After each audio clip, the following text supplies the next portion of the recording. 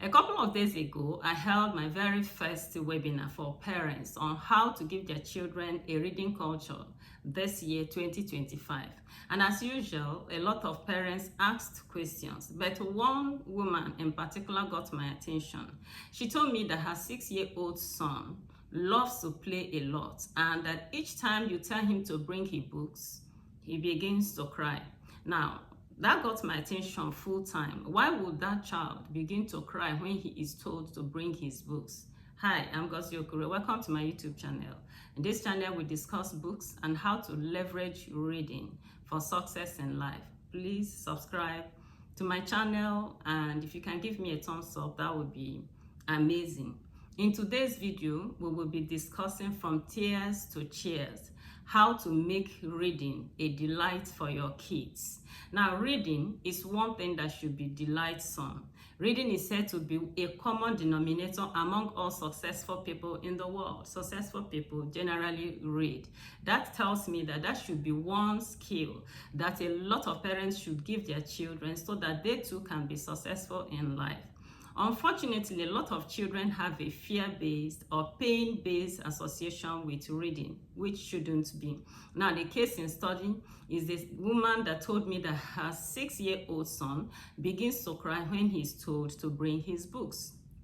Let's try to see what could be the reason. Why would this child begin to cry when he's told to bring his books? Is it possible that the child is presented the kind of books that he doesn't love to read, the kind of books that he's not interested in, the kind of books that he's not engaging, that is not engaging for him at 6 years old, okay? Is it equally possible that that child is forced to read? Nobody loves to be forced to do anything. Now, another reason I believe that that child could be crying when he's told to bring his books is because it's possible that he's a kinesthetic learner. You know, learning through physical senses and physical exercises, physical activities. It's possible that this child is made to sit down to read like an adult. He wants to involve activities in learning. It's possible he's a kinesthetic learner. Another reason I believe could be that they apply a lot of pressure. Nobody likes to do anything under duress. Is it possible that they pressure him into reading and bring a lot of anxiety and stress during his reading time?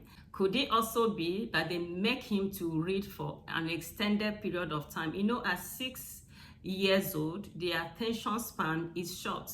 Is it possible that they make this child to read for 1 hour or more at a stretch? Now, this could be part of the reasons why I believe that this child begins to cry when he's told to bring his books. There could also be the possibility that he's beaten or punished for not getting some things right, okay? Bringing beating and punishment into the reading period could be another reason why this child will begin to cry when he's told to bring his books. But in this video, we want to replace the tears with joy. We want to see what are some of the things we need to do so that children will be excited, so that children will have a fun-based relationship with reading instead of a tear-based one, okay? We want to see how children can begin to delight in reading, because this is so important. If reading is one thing that all successful people do in the world, then we should get our children right, on the right route, so that they will enjoy reading instead of crying when they are told to bring their books. So let's look at solutions. What are some of the things we should do to encourage our children to love reading? Now, I believe the first thing to do is for a 6-year-old or for children at that age grade, make sure that you make reading fun and interactive. Yes, fun and interactive. At that age, children love fun activities. They love to play. So let it be that the books you're going to choose for this child are books that are going to be full of fun. Could be books that are full of, have lively stories, lively, illustrations, paintings, or beautiful pictures. Make the reading time a fun-based and interactive one. Now, the next thing you need to do is to involve this child in the selection of his books. I can't say this enough, because in this side of the world, we hardly get children involved in making choices. It's so important that every once in a while, parents should take their children into bookshops instead of picking books for them randomly. Allow that child to go in, go with you, make his choices. The bookshop attendants are usually there to assist you. Let that child be able to pick the kind of books that aligns with his interest. That is so important. Another thing you need to do is to create a positive reading environment, an enjoyable reading environment, a beautiful reading environment. Let the place where the child is going to read be a comfortable place, not a place where the place is stuffy, there is no air, and lighting is poor and all that. Make the place as comfortable as possible for the child. Also ensure that it's devoid of threats. There is no threat. That child is not afraid that if he doesn't get anything right, if he doesn't pronounce a word right, that he will be beaten. No, make sure that the reading environment is free and fun. Another thing you must have to do is to balance reading with play. We have said it, as 6-year-old, children love to play. So balance reading with play. If the child is going to read, that's what I advocated, that's what I tell them in my webinars. When a child is reading, take into consideration that at that age, the attention span is short. So give a child something to read. Give him an activity to do for about 30 minutes. After that, release him to go and do something else. Release him to go and play. Okay, so make sure that you don't engage this child to begin to read for a very extended period of time. They will get bored, and next time when it is reading time, they will begin to dread it. They will begin to cry. And this is not our goal. Our goal is that when it is reading time, the child is excited. Finally, I want to say that as much as is within you, don't beat the child when it is reading time. Don't beat the child. Don't punish him. And don't give him reading as punishment. No. Don't give him reading as punishment. Now, when you listen to the mother that spoke to me about her six-year-old, you will see that maybe they use reading as punishment, because she told me that the child loves to play a lot. So it's possible that when she perceives that the child has played too much, she will not say, oh yeah, go and bring your book. In other words, that child sees reading time as punishments, right?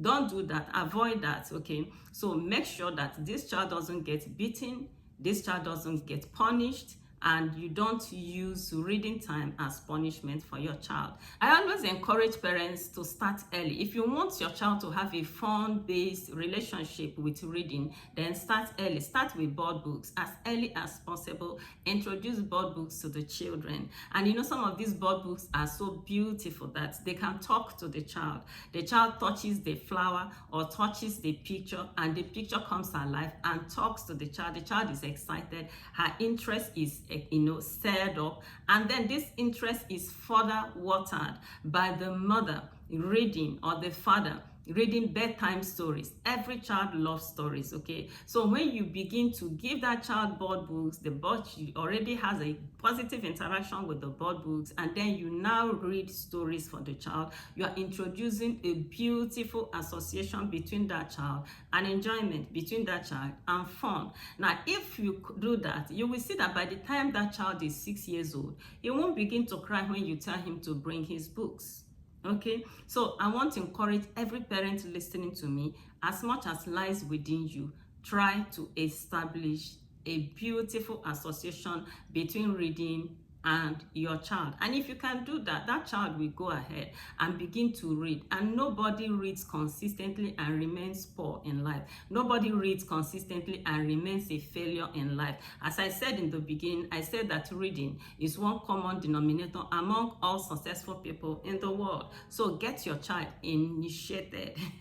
If there's anything like that, get your child, okay, introduced into reading in a fun way, and once he's able to get it right, you will see that that child will be successful in life. Now, may it never be said of you that your child has a fear-based association with reading. I encourage you to go ahead and apply everything we have said here, so that your children will grow up having a beautiful association with reading. Thank you for being a part of this beautiful video. I want you to please subscribe to my channel if you've not done so, and give me a thumbs up. And if you can drop a comment, that would be amazing. Then if you can go ahead and share the link with other loved ones, that would be amazing. Until I come your way next time, keep reading.